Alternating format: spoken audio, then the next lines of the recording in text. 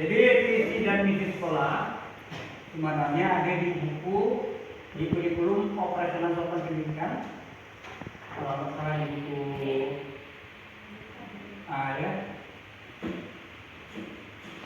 Bapak dan Ibu kadang-kadang tanpa diajak untuk membahas atau membuat visi dan misi sekolah. Jadi sekolah cuma yang tahu dan visi dan misi sekolah. Nah, jadi tanpa diberitahukan kepada anak buah yang di sekolah. Saya yakin betul, karena pasti guru-guru ya yang tahu dan yang aktif visi dan misi sekolah SDN 22 tahun Indonesia. Kalau udah ada momen seperti itu, karena kan itu izin biasanya kan, dia dah percayakan yang tak polos dengan pembuat administrasinya, visi dan misi dan sebagainya. Bahkan visi dan misi itu tidak entah mana yang diambil. Nah, tapi walaupun demikian dia visi dan misi yang ada di SDN 22 tahun Indonesia. Nah, jadi itu ada itu. Yang pertama, yang berikutnya adalah maksud dan tujuan presentasi visi misi sekolah.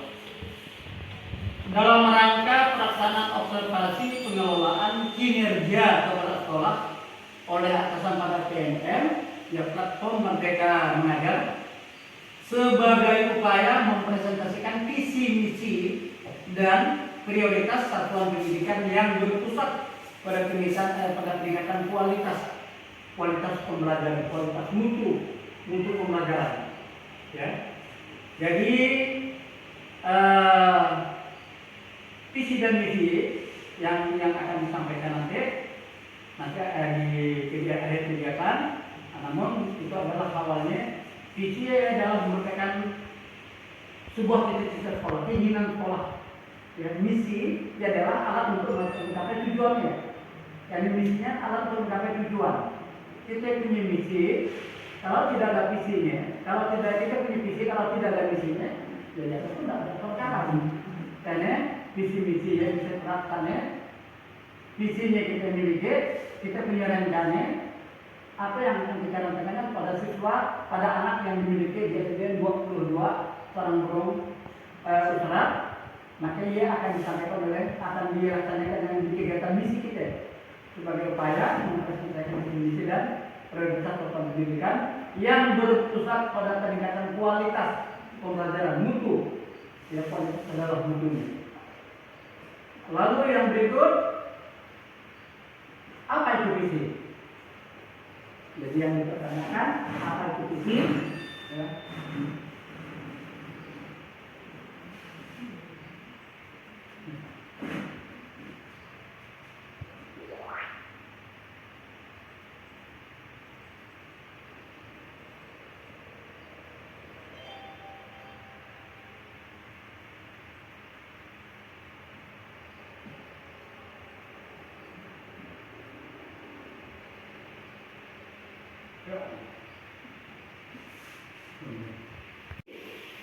Yang pertama, visi merupakan cita-cita gambaran umum masa depan yang ingin dicapai, sehingga visi menjadi arah dan tujuan yang hendak diwujudkan di masa depan dalam jangka panjang.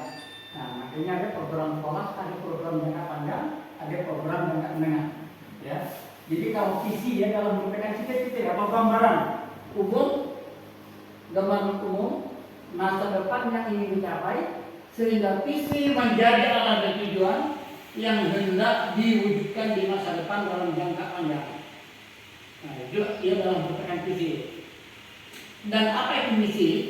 Misi merupakan langkah-langkah strategis dan praktis yang akan dilakukan untuk mencapai visi. Jadi langkah-langkah strategis.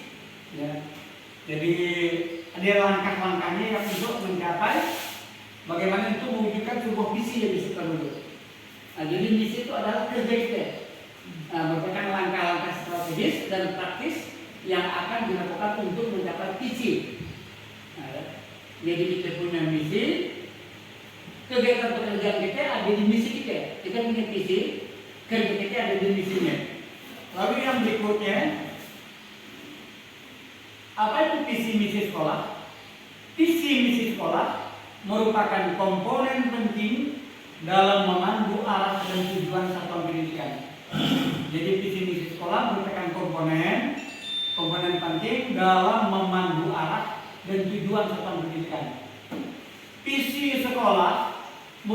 gambaran siswa di masa depan yang ingin dicapai. Jadi gambaran visi kalau visi sekolah itu adalah merupakan gambaran siswa di masa depan yang ingin dicapai. Di masa depan. Sedangkan kedua, misinya adalah misi sekolah merupakan langkah-langkah strategis yang dilakukan sekolah untuk mewujudkan visi tersebut. Jadi langkah-langkah strategis. Ya, misi sekolah merupakan langkah-langkah strategis yang dilakukan sekolah untuk mewujudkan visi tersebut. Nah, jadi untuk mewujudkan visi, berarti ada di misi sekolah, ada di misinya. Nah, jadi punya visi dan misi sekolah. Yang berikutnya, menurut Bapak Ibu, apa yang akan terjadi jika sekolah tidak memiliki visi dan misi yang jelas? Silakan para student, memberikan gambaran, memberikan jawaban. Menurut Bapak Ibu, apa yang akan terjadi jika sekolah tidak memiliki visi dan misi yang jelas? Ya, terima kasih. Apa yang dipaparkan tadi sebenarnya kami bisa mengerti dan dapat mengambil kesimpulan dari apa yang diutarakan atau dijelaskan tentang visi dan misi. Jadi menurut kami, apa yang akan terjadi jika sekolah tidak memiliki visi dan misi? Dan visi ya tujuan, misi juga arah yang akan dicapai. Jadi bahasanya kita itu sekolah sambil juga dengan ngawur. Karena visinya tidak punya tujuan atau tidak punya arah. Tentunya akan berdampak pada keadaan yang tidak jelas atau keadaan sekolah yang tidak terkontrol dan tidak memiliki gambaran atau tujuan yang jelas kemana atau akan dikemanakan sekolah ini, apa tujuannya dan akan diarahkan kemana. Jadi bahasa kita sekolah tuh ngawur, ngajar ngawur, kan ini ada arah dan tujuan. Nah, istilahnya membabi buta. Nah, ya, menurut pendapat saya. Dikata kira-kira barangkali kawan yang lain untuk menanggapi, silakan. Yang lain pahami dari saya. Jadi itu menurut pendapat saya. Memberikan gambaran. Seandainya kalau menurut Bapak Ibu, apa yang akan terjadi jika sekolah tidak memiliki visi dan misi yang jelas? Bapak dan Ade, menurut Ibu Ade, karena menurut Bapak dan Ibu, boleh ya? Pendapat lain itu ya? Boleh. Berikan argumentasi. Apa yang boleh? Bu Erma, Bu Nurbaiti atau Bu Ano, Bu Fikri, yang penting berikan jawaban. Menurut Bapak Ibu, apa yang akan terjadi jika sekolah tidak memiliki visi dan misi yang jelas?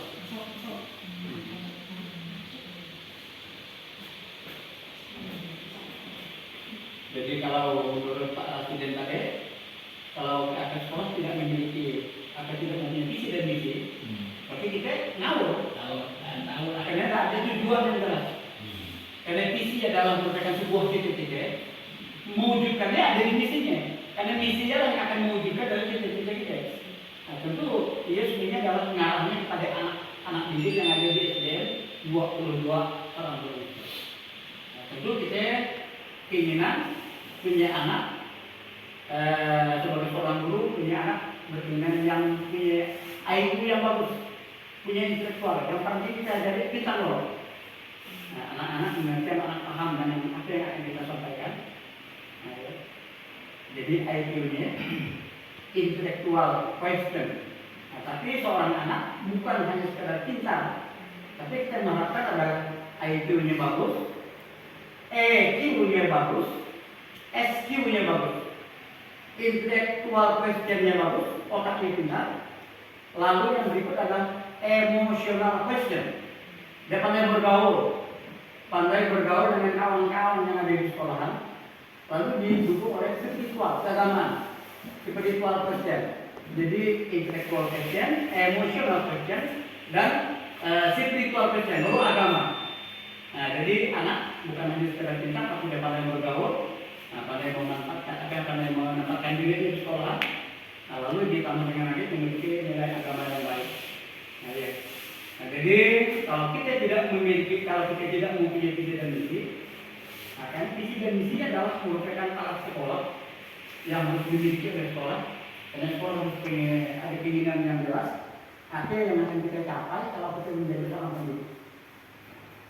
Dan Bapak Ibu, kita suami tujuan kita, sudah lebih saya, keinginan kita adalah bagaimana untuk memberikan pendidikan kepada anak. Jadi anak kita kok pintar, anak kita kok baik, bagus, baik di sekolah ataupun di tengah-tengah masyarakat. Nah, jadi yang pertama tadi saya mengucapkan mendukung apa yang disampaikan oleh Pak Presiden tadi. Lalu yang berikut,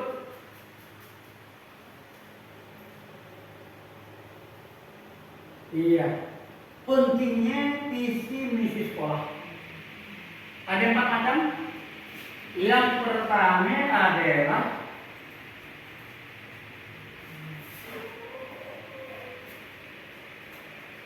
mengarahkan. Pentingnya visi misi sekolah yang pertama adalah mengarahkan, memberikan arah yang jelas bagi seluruh warga sekolah untuk mencapai tujuan yang dicita-citakan. Jadi memberikan arah yang jelas bagi seluruh warga sekolah. Jadi apa yang dikatakan Pak Presiden tadi yang kami mengarahkan, jadi arahnya jelas untuk mencapai tujuan yang dicita-citakan. Nah, terus jelas pasti. Karena guru manapun seorang guru pasti bercita-cita ingin memintakan anaknya, ingin mencerdaskan anak yang ada di sekolah. Nah, siapapun yang menjadi guru, yang kita itu sama-sama oleh didik, memang dicetakkan guru di sini. Ya. Saya, Bapak Ibu, kita sudah dicetakkan menjadi guru.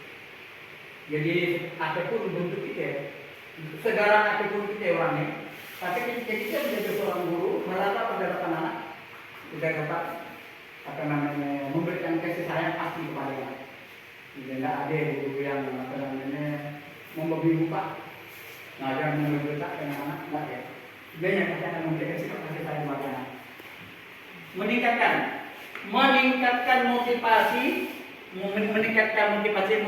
mendorong warga sekolah untuk mengembangkan dan meningkatkan kompetensi dalam mewujudkan visinya. Nah, ya, kompetensi kemampuan yang dimiliki dalam mewujudkan visinya. Lalu yang berikut,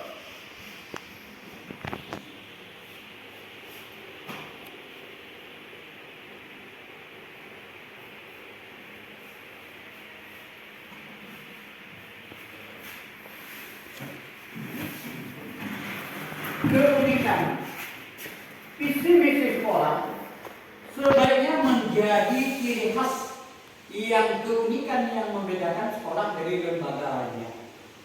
Nah, jadi artinya sambil dengan memberitahukan bahwa lembaga pendidikan sekolah yang kita miliki yang ada di Indonesia itu adalah punya visi misi sekolah sebaiknya menjadi ciri khas atau keunikan yang membedakan sekolah dari lembaga lainnya. Nah, lembaga lain karena sekolah dengan lembaga lain kira-kira apa menurut saya ada pemahaman ya. Keunikan yang membedakan sekolah dari lembaga lainnya. Apa yang menyebabkan lembaga lainnya? Kira-kira menurut sekolah dan lembaga lainnya. Ya, maksud saya, terima kasih tanggapannya. Misalkan sekolah dengan lembaga lain, lembaga lain selain daripada sekolah. Tapi misalnya kantor camat, lembaga ini, kantor desa.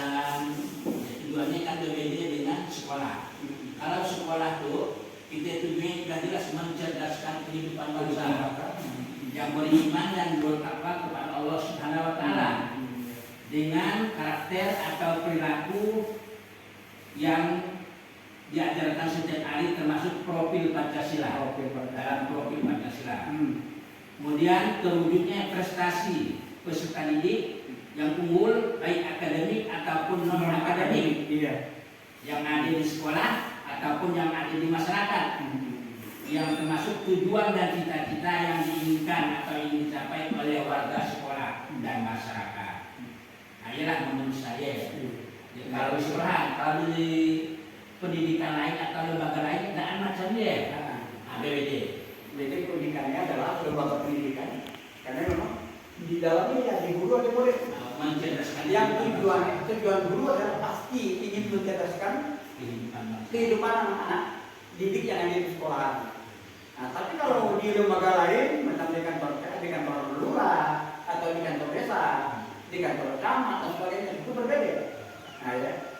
Landasan dari adalah visi misi harus memberikan landasan yang kokoh untuk berkelanjutan dari pengembangan sekolah di masa depan, baik dari segi akademik, keuangan maupun infrastruktur. Nah, ya. Jadi pada visi misi harus memberikan landasan yang kokoh untuk berkelanjutan dari pengembangan sekolah di masa depan, baik segi akademik. Artinya segi akademik adalah dari segi pendidikan,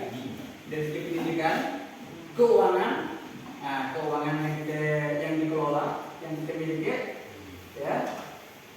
Jadi yang berikutnya adalah dari keuangan maupun infrastruktur bangunan yang kita miliki.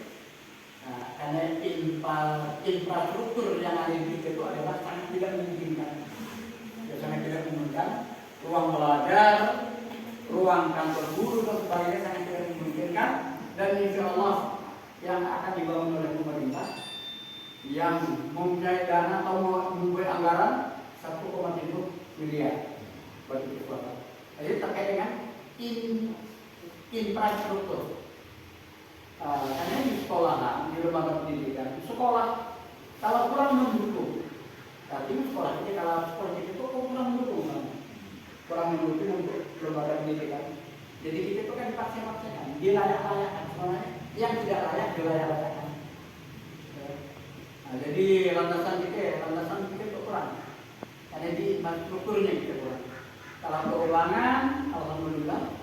Ya, kalau seadanya, alhamdulillah.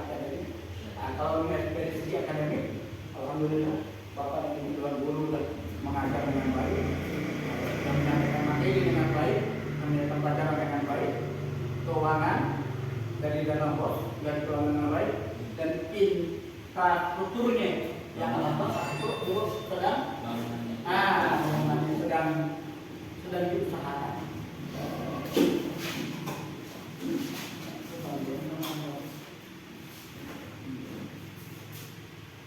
Lalu yang berikut,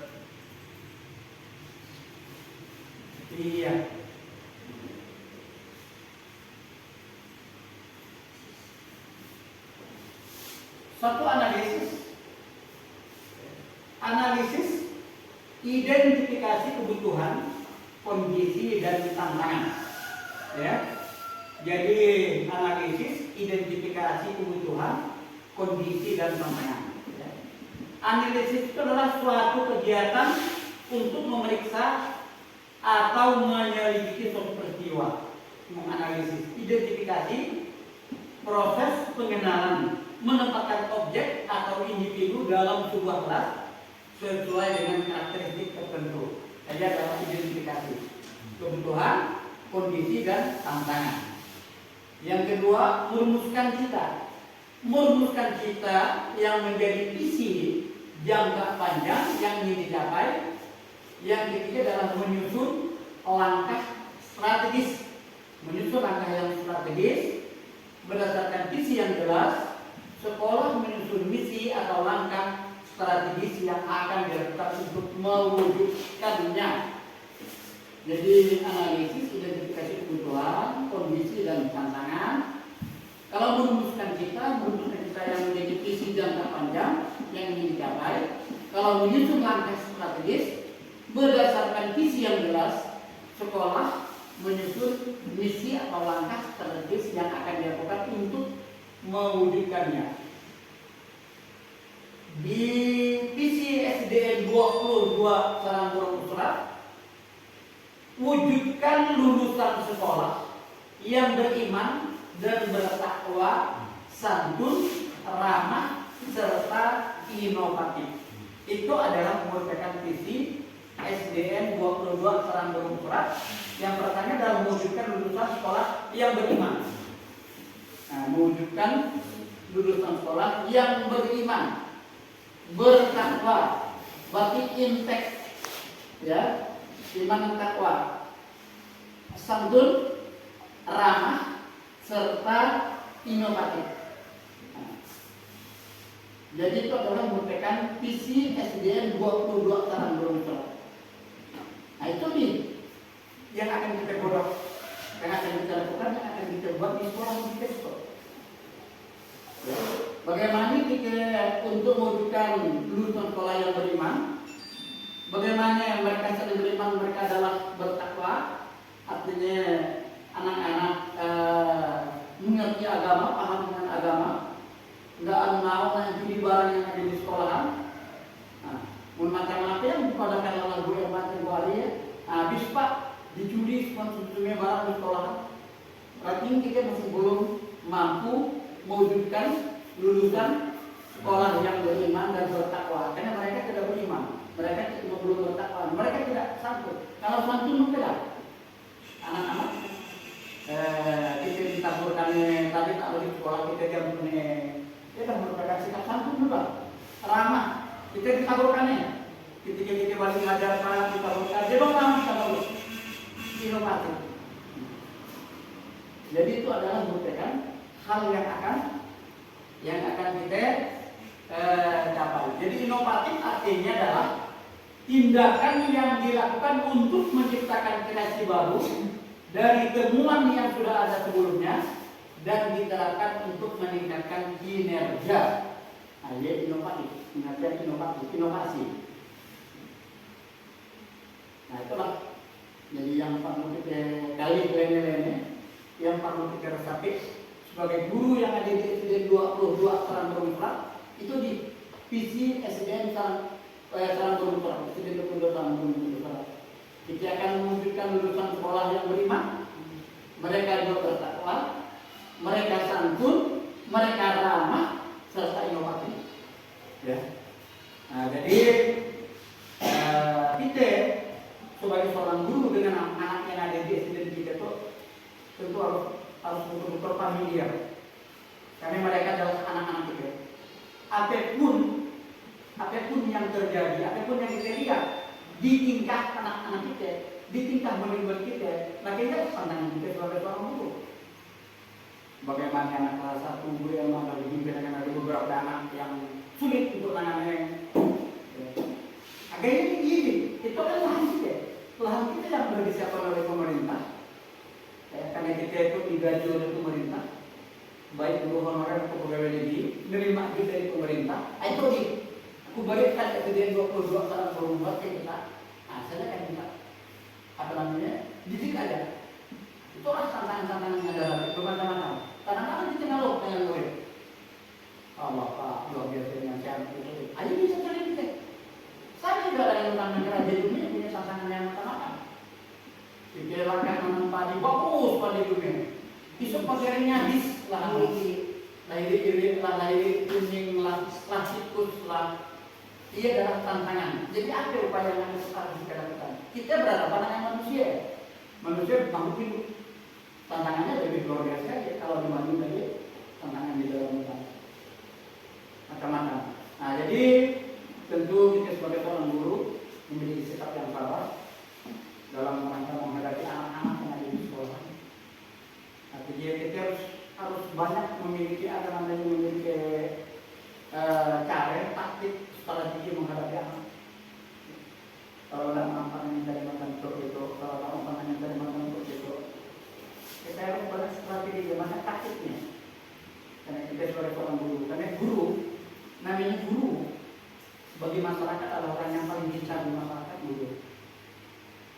Karena apapun, karena katakan parfumnya guru, dia pun tak gratis, parfumnya guru dia pun tak mampu mengadakannya, parfumnya guru. Jika nak parfumnya kan, ada tantangan apa? Jadi apapun, tapi yang ada di SD 22 tahun berumur, dia adalah tanggung jawab kita tantangan. tanggung jawab saya sebagai kepala sekolah, Bapak Ibu sebagai anak buah saya yang ada di sekolah, punya tanggung jawab, kita sama tanggung jawab. Nah, jadi saya orang yang paling bertanggung jawab terhadap anak, terhadap guru, kepada masyarakat yang ada di lingkungan gereja kita. Dan itulah tadi kita tetap berkeinginan memberikan lulusan pelayan beriman dan bertakwa, santun, ramah, serta inovasi. Yang terakhir kita akan menyelenggarakan perpisahan. Nah, mudah-mudahan di anak-anak kelas 6 yang akan kita lepas, mereka memiliki sikap santun, ramah, dan inovasi. Dengan guru-gurunya yang ada di SDN 22 tahun berumur. Nah, kalau di SDN 22 tahun berumur, saya sebagai seorang kepala sekolah sudah mengamati 3 sekolahan, ya, itu adalah sekolah yang ketiga. Nah, saya ucapkan terima kasih kepada Bapak Ibu, karena guru-guru yang ada di SDN 22 tahun berumur sangat santun, sangat santun dengan kepala sekolah. Jadi ketika saya datang ke sekolah saya merasa terhibur. Kalau ada ya Pak, sekolah yang datang sekolah yang pada tak terhibur ada. Yang datang sekolah itu ada beban yang dia makan. Datang ke sekolahan Dia sekolah di sini jadi macam-macam. Sekolah guru, saya sedang menempati 3 sekolahan. Bukan saya ngomong karena itu bukan. Saya baik, saya katakan baik. Jadi terima kasih pertahankan bukan di era saya, di era pelayanan masih akan menghasilkan guru-guru yang memiliki sikap yang santun, yang ramah. Nah, mudah-mudahan sikap ibu, sikap santun ibu, sikap ramah ibu ditularkan ke anak-anak kita yang ada di 171 orang anak. Dia yang panggil itu menjadikan mereka santun, mereka ramah, serta inovasi. Insyaallah. Nah, jadi datang sebutkan Bapak Insyaallah. Jadi kami ada yang bisa mengumpulkan Bapak pakai hal. Pak, udah pakai ngamuk, mengumpulkan palak ke atas. Ya udah, bagus. Halo Pak, mutane harusnya lupa ke bawah, bukan ke atas. Halo Pak, jadi ada kayak yang lupa di atas. Ada ya? Jadi macam-macam. Nah, jadi berarti kita belum mampu menciptakan anak yang santun, ramah, inovasi. Lalu yang berikutnya, misi SDN 22 tahun berapa? Yang pertama, menumbuhkan dan memperkokoh keimanan dan ketakwaan warga sekolah. Jadi menumbuhkan dan memperkokoh keimanan dan takwa warga sekolah. Warga sekolah adalah murid dan guru yang ada di dalamnya. Nah, ya. Jadi pertama kita bagaimana untuk menumbuhkan dan memperkokoh keimanan. Anak murid kita upaya beriman dan bertakwa warga sekolah. Yang kedua, melaksanakan pembelajaran yang berpusat pada peserta didik. Nah, jadi mewujudkan, melaksanakan pembelajaran yang berpusat pada peserta didik. Ngajunya ke anak. Jadi ranking itu kurikulum masa pendidikan mau kurikulum 13 mau kurikulum kurikulum merdeka. Nah, sekarang kita sudah berada di alam kurikulum merdeka. Saya tidak tahu karena bulan 10 nanti pelantikan presiden, Menteri Pendidikan pasti akan diubah. Apakah masih pakai rumusan Menteri masih pakai rumusan anak kali? Nah, kita sudah jamin. Karena biasa setiap menteri punya program masing-masing. Jadi melaksanakan pembelajaran yang berpusat pada peserta didik. Jadi fokus kita ke anak. Jadi fokus kita ke anak peserta didik kita. Meningkatkan prestasi akademik dan non akademik. Prestasi akademik tadi para student akademik yang berkaitan dengan sekolah dengan pelajaran. Kalau yang berkaitan dengan sekolah, kalau berkaitan dengan sekolah di dalam sekolahnya mana?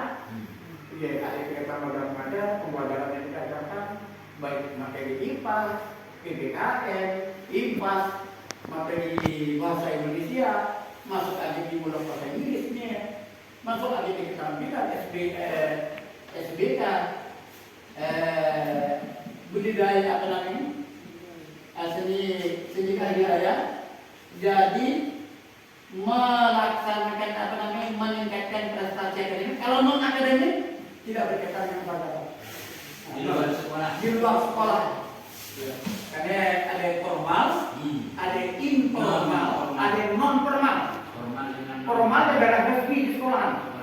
Nah, kita memberikan pendidikan kepada anak adalah formal, pendidikan yang resmi. Kalau non, berarti yang tidak resmi di masyarakat. Informal adalah di rumah tangga. Jadi meningkatkan prestasi akademik dan non akademik. Jadi dua-duanya harus kita tanamkan pada. Makanya kurikulum ngapain berubah ya perlu kita. Sebenarnya sekarang menurut pemikiran pemerintah, bagaimana anak tamat SD mampu dia diberdayakan, mampu dia hidup di tengah masyarakat. Kurikulum sekarang menuntut bagaimana kita hidup di tengah masyarakat, mampu mengimbangi kehidupan. Ya ini sebenarnya tujuan dari kurikulum. Jadi kalau anak SD, tahun lalu nggak melanjutkan, kau udah dididik, kau di tengah masyarakat kau di situ. Jadi tujuan kurikulum seperti itu sebenarnya. Karena apa namanya, kita lihat bagaimana keadaan situasi dunia saat sekarang. Manusia banyak berdagang, banyak menjadi kuliner di makanan namanya. Nah, jadi itulah kalau akademik ada dalam pendidikan yang berkaitan dengan di sekolah, kalau non akademik yang di luar dari pendidikan yang di sekolah. Dan prestasi keagamaan, jadi masih tetap campur. Impact iman dan takwa keagamaan tetap campur.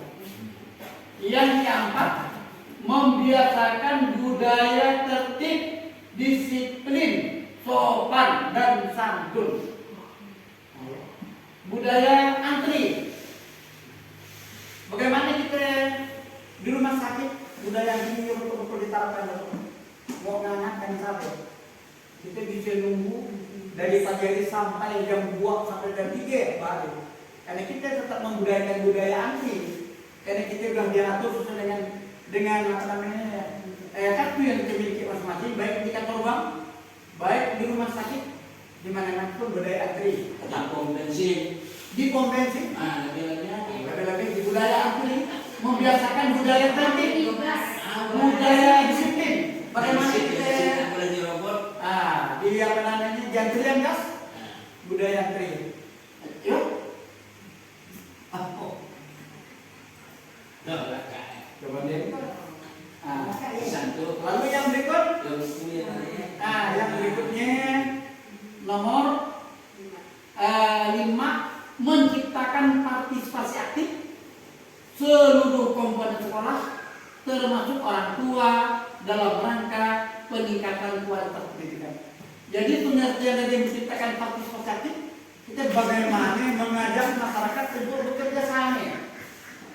Jadi artinya tugas pendidikan bukan tugas untuk mencerdaskan anak di sekolahan, bukan hanya sekedar tugas guru aja, ya, menciptakan partisipasi aktif seluruh komponen sekolah. Karena kalau di sekolahan itu yang namanya komponen sekolah, warga masyarakat dan orang tua yang ada di sekolah. Itu tadi informal, non formal dan formal. Ia dalam merupakan komponen sekolah. Menciptakan partisipasi aktif masyarakat, kita ada bagaimana untuk mencerdaskan kehidupan anak bangsa, mencerdaskan kehidupan murid-murid yang ada di sekolah. Kita tidak bisa berbuat, tidak bisa bekerja dengan baik kalau tanpa ada kerjasama dari orang tua. Jadi tidak bisa. Kalau orang tua tidak memberikan kerjasama kepada sekolah, sehebat apapun guru mendidik anak di sekolah, kalau orang tua tidak memberikan kerjasama, jadi artinya kerjasama yang berbentuk apa yang kita oleh orang tua? Orang tua melarang kepada anak-anaknya untuk tetap berkeluyuran malam, keluar datang dulu tanpa mau membagi.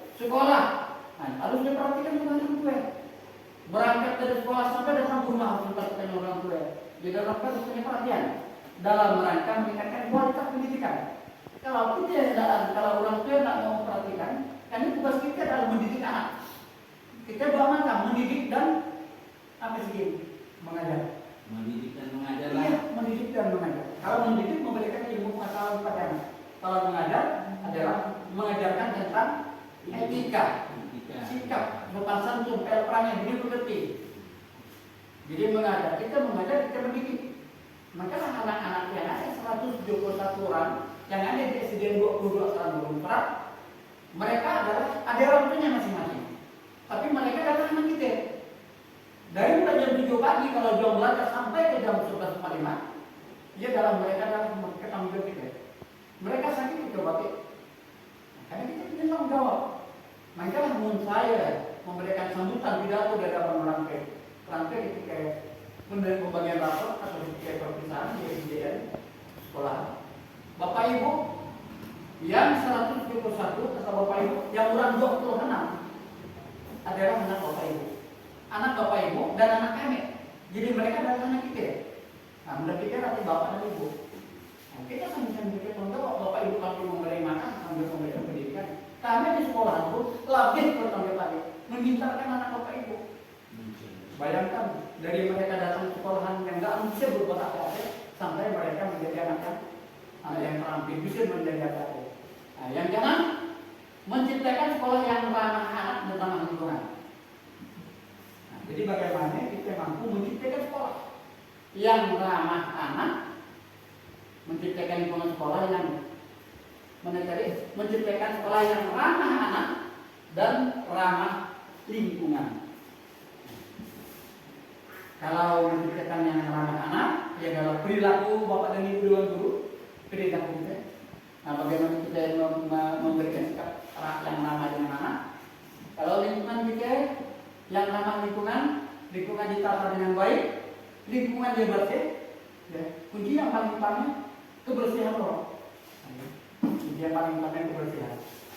Nah, saya itu orangnya adalah paling tidak dalam kebersihan. Paling tidak bisa dengan semrawutan. Iya, kalau sekolah bersih, nah ya saya memang dari mulai di SDN 23 Lambau, ya saya dengan Pak Arman dulu ya, nah Pak Arman memang suka kebersihan. Karena wajib mengenai melihat di halaman sekolah yang kotor. Nah sehingga kalau ketika anak berada di dalam halaman, nah dia disediakan, jangan sampai nampak si potong sampah tuh di ruangan dari halaman sekolah. Nah, jadi memang ya anak itu dikit sampai di ruang belajar. Kalau yang namanya di ruang kelas, saya ngajar di kelas, ya, anak bisa guling di dalam ruang kelas. Ada sepatu tetap bebas, sampah ya saya jawab dengan anak. Nggak mau nanti nampakkan ada sampah di dalam ruangan kelas. Dibersihkan. Itulah yang dikatakan menciptakan sekolah yang ramah anak dan ramah lingkungan. Kalau lingkungan bersih, jadi anak-anak mudah-mudahan jangankan dia tuh. Jadi ketika saya ngajar, kapak dia duduk di bangku, turun dia ke bawah, dia tingkap dia di lantai. Saya biarkan. Ketika saya ngajar, saya biarkan. Mau dia akan duduk di lantai, yang saya biarkan. Karena memang selama, karena memang lantainya bersih, karena memang sekolah, ya, sekolahnya memang sejak dari memang dari BTL itu ini, tidak ada yang tidak BTL. Yang ketujuh, menciptakan lingkungan sekolah yang aman, sehat, rindang, dan indah. Jadi menciptakan lingkungan sekolah yang aman, yang sehat, yang aman. Nah, bagaimana kita mampu menciptakan sekolah yang aman? Artinya anak-anak merasa nyaman belajar di sekolah, tidak ada yang membulinya. Karena tidak ada yang membuli. Membuli yang paling disukakan kok. Nah, jadi ada anak yang dibuli oleh kawan. Ada anak yang jadi preman. Jadi saya itu selalu bercerita dengan masalah pengalaman. Kalau ayahan memang anak lulus, anak lebih preman di sekolah. Itu luar biasa. Asal stres ngajar. Sekok murid yang bermacam-macam stres sekolah. Ada sudah hafal orangnya. Mudah anak orangnya dia Allah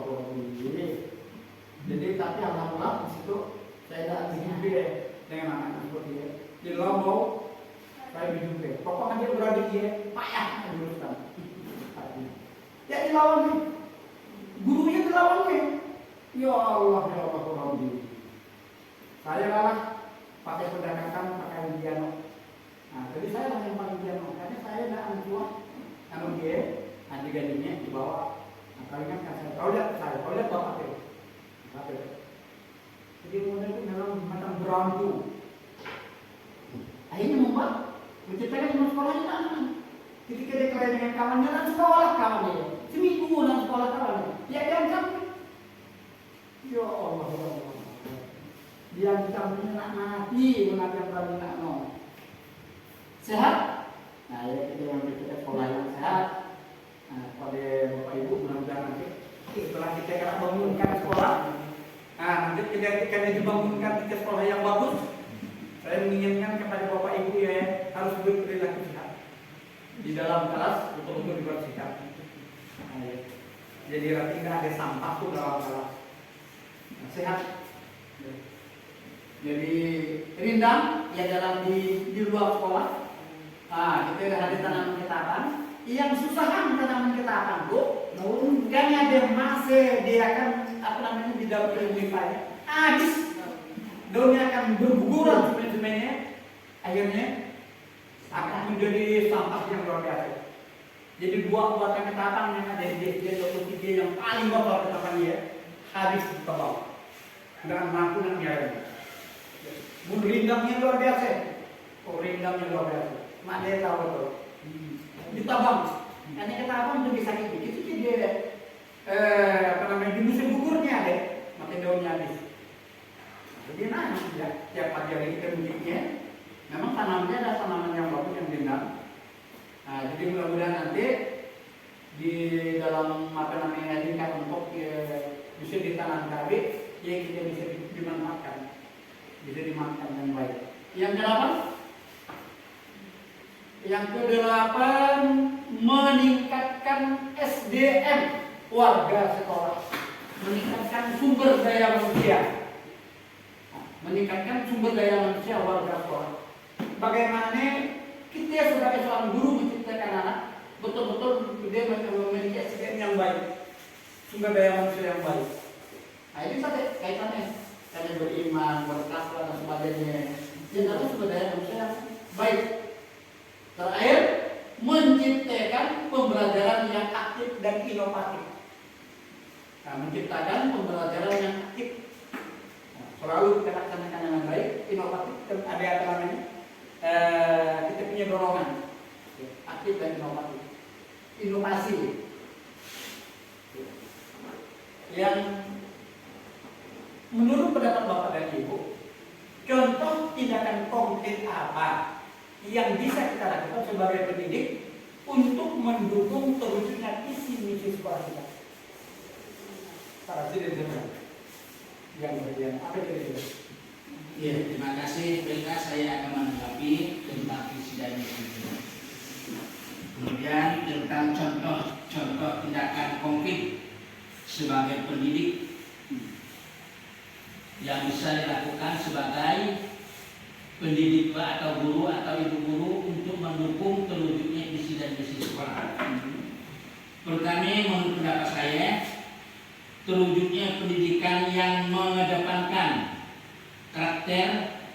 karakteristik atau perilaku pembelajaran terhadap anak didik, seperti contohnya dalam profil Pancasila. Kedua, menciptakan terwujudnya prestasi yang unggul, baik akademik ataupun non akademik, dalam pembelajaran yang diajarkan oleh guru, dan tujuan untuk mencapai cita-cita yang diinginkan oleh warga sekolah. Menurut pendapat saya itulah macam. Jadi pertanyaannya menurut pendapat Bapak dan Ibu, contoh tindakan konkret, tindakan nyata, contoh tindakan konkret apa? Contoh tindakan nyata yang bisa kita lakukan sebagai pendidik untuk mendukung terwujudnya visi misi sekolah kita. Jadi rasanya kita pendidikan berarti tertuju kepada Bapak Ibu sebagai Bapak Ibu sebagai guru, Pak Presiden sebagai guru agama. Pak Heri sebagai guru penjelasan, Bapak dari pihak lain sebagai wali kelas. Nah, jadi yang pertama kita sesuai dengan fungsi kita masing-masing. Nah, laksanakan saja di kelas masing-masing, berikan pendidikan kepada anak. Karena tujuan saya datang itu kan tidak akan konkret apa yang bisa kita lakukan sebagai pendidik untuk mendukung kurikulum visi misi sekolah. Kita menjalankan yang baik.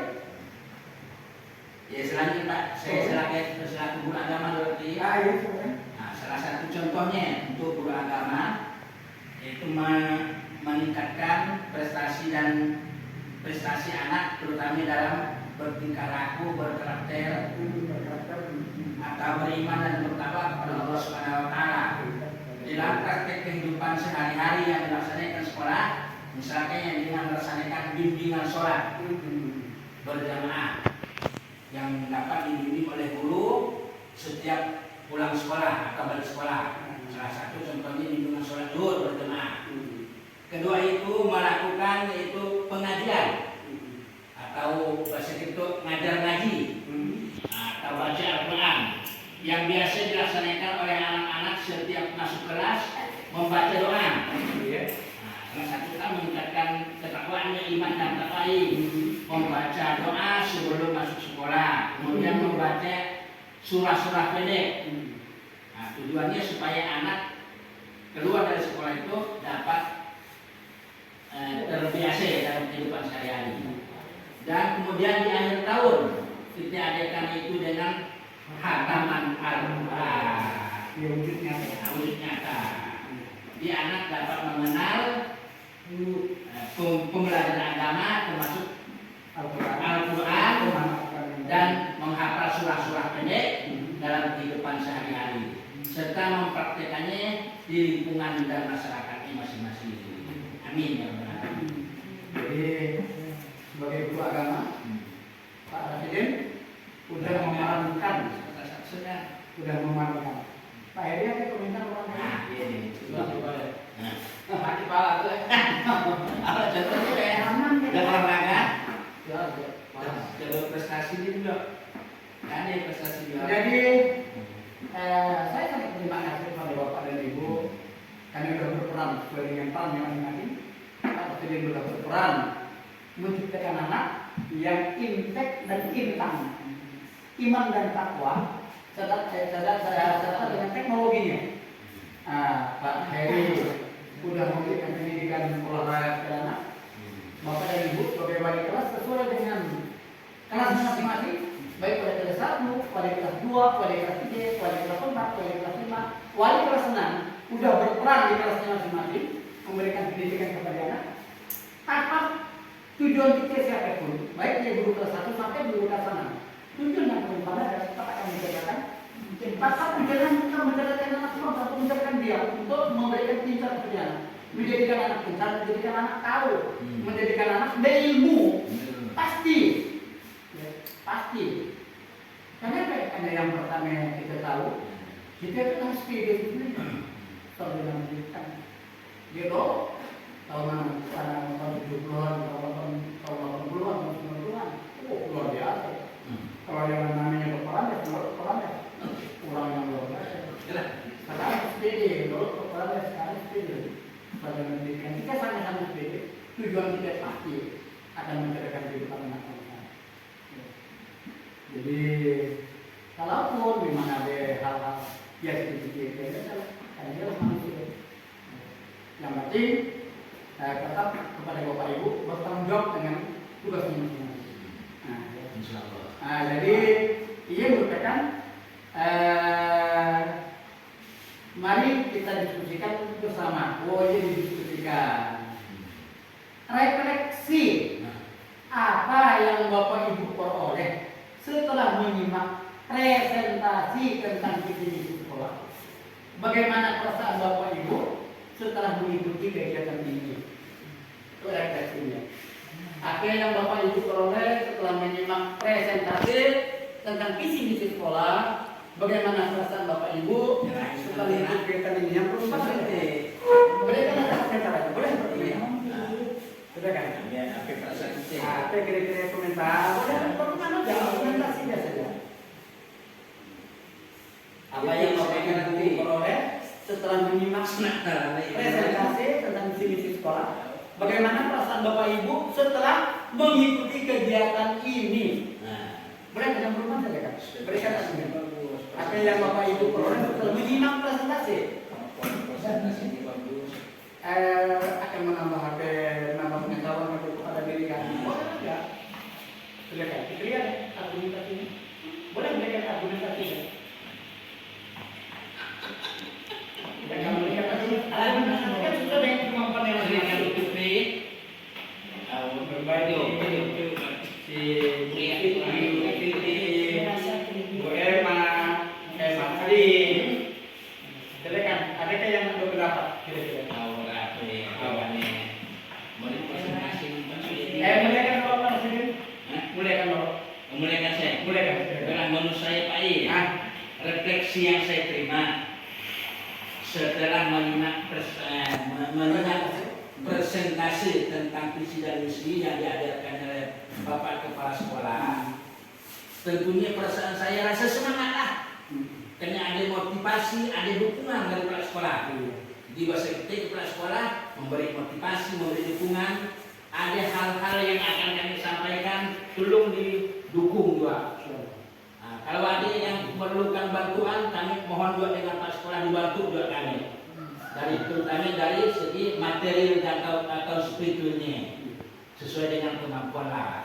Nah, jadi adalah tempat kami untuk bersandar, maksudnya tempat kami untuk bersadu. Nah, dari hal-hal yang kami lakukan tadi dan terutama menghadapi murid-murid. Terutama saat itu kami rasa semangat juga tentunya. Semangat belajar, semangat mengajar. Insya Allah. Itu sebagai kepala sekolah, saya akan memfasilitasi. Saya menjadi fasilitas, memfasilitasi dari Bapak dan Ibu dan Ibu.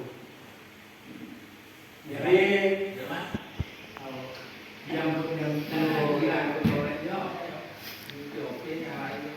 jadi apa yang akan yang Bapak Ibu peroleh setelah menyimak presentasi akan pada Bapak Ibu, saya pun mohon maaf juga. Karena saya pun tak pernah ikut juga menjadi kepala sekolah kan tidak lama. Karena Bu tinggi, jadi belum ada pengalaman yang luas. Karena kata itu yang ada.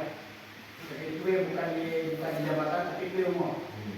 Nah, jadi saya kalau memang layau menyampaikan, angkatan dulu apa yang saya sampaikan ya lah yang memiliki karena saya tidak kurang lagi. Ada jalan yang dapat saya sampaikan. Jadi saya rasa sampai siaran dulu kegiatan kita. Yang terakhir, terima kasih kepada Bapak dan Ibu. Yang dapat kita sampaikan tentang visi dan misi.